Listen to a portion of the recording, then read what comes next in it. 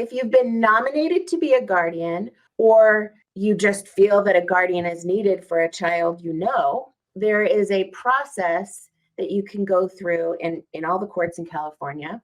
You can apply for an emergency temporary custody order, and you can apply for a custody order that would continue until the child turns 18, unless or until it's in the child's best interest to change it.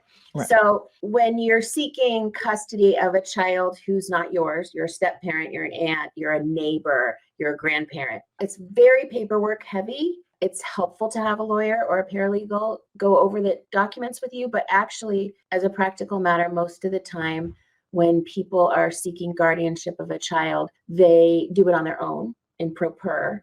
And luckily, all the courts are aware that if somebody's coming to court to ask for custody of a child who's not theirs, we know two things right off the bat.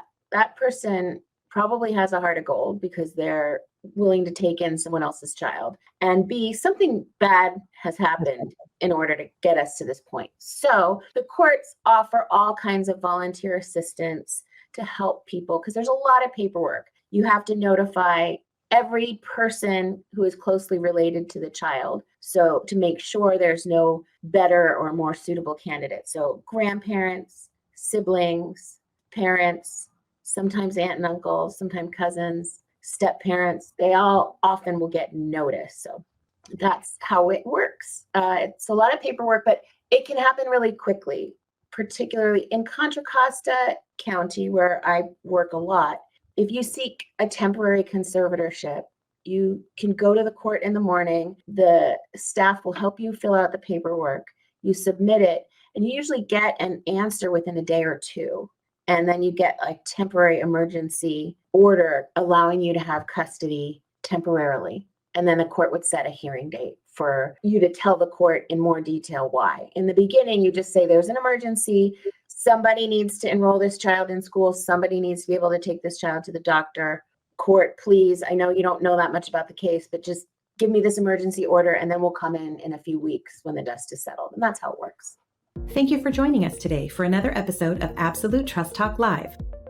If you enjoyed listening in, then don't forget to subscribe. You can find us on Apple Podcasts or wherever you may listen by searching Absolute Trust Talk. While you're there, we would also love for you to leave us a review. And then why not share your favorite episodes with family, friends, or colleagues too? You can find all of our shows and corresponding show notes by visiting absolutetrustcounsel.com. You'll also find a variety of other free resources, including our ebooks, videos, blogs, presentations, and more. If you need help with your estate planning or administration, we also offer a free discovery call to help get the process started. You can find more information on booking your session by visiting absolutetrustcounsel.com/scheduling. Don't forget to keep an eye out for our next live episode. If you join us for the broadcast, you can submit questions during the show. But if not, don't worry.